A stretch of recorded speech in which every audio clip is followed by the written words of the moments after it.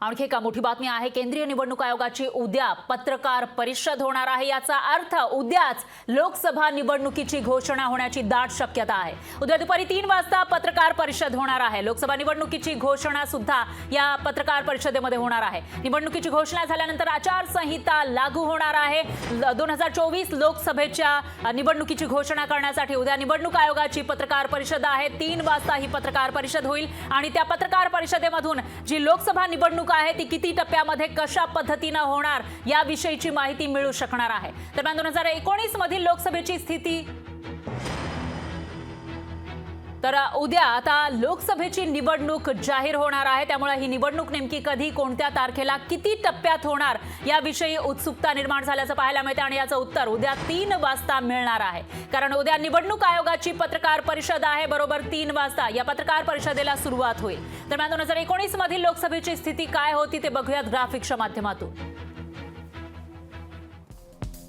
एकूण 543 जागा आहेत। त्यापैकी भाजपकडे 303, काँग्रेसला 52 जागा मिळाल्या होत्या, तर टीएमसीला 22 जागा, डीएमकेला 24, शिवसेनेला 18 आणि राष्ट्रवादी काँग्रेसला 5 जागा जिंकता आल्या होत्या। तर इतर पक्षांनी 119 जागा 2019च्या लोकसभा निवडणुकीमध्ये जिंकलेल्या होत्या आणि त्यामुळे आता 2024ला जी निवडणूक होईल त्यामध्ये कोणता पक्ष बाजी मारणार, कोणाला बहुमत मिळणार याकडे आता लक्ष आहे। 2019चं पक्षीय बलाबल आपण बघतोय आणि आता 2024ची निवडणूक लोकसभेची उद्या जाहीर होणार आहे। दरम्यान महाराष्ट्रामध्ये नेमकं पक्षीय बलाबल कसं आहे 2019चं तेही आपण बघूयात।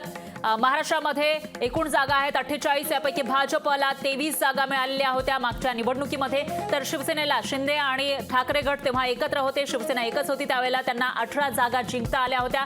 तर राष्ट्रवादी काँग्रेस हाही एकच पक्ष होता मागच्या निवडणुकीच्या वेळेला आणि त्यांना 4 जागा जिंकता आल्या होत्या। तर आता यापैकी एक खासदार अजित पवार यांच्या राष्ट्रवादीमध्ये आहे, तर 3 खासदार शरद पवारांच्या राष्ट्रवादी सोबत आहेत। काँग्रेसला 1 जागा, एमआयएमला 1 आणि अपक्षांना 1 जागा जिंकता आलेली होती।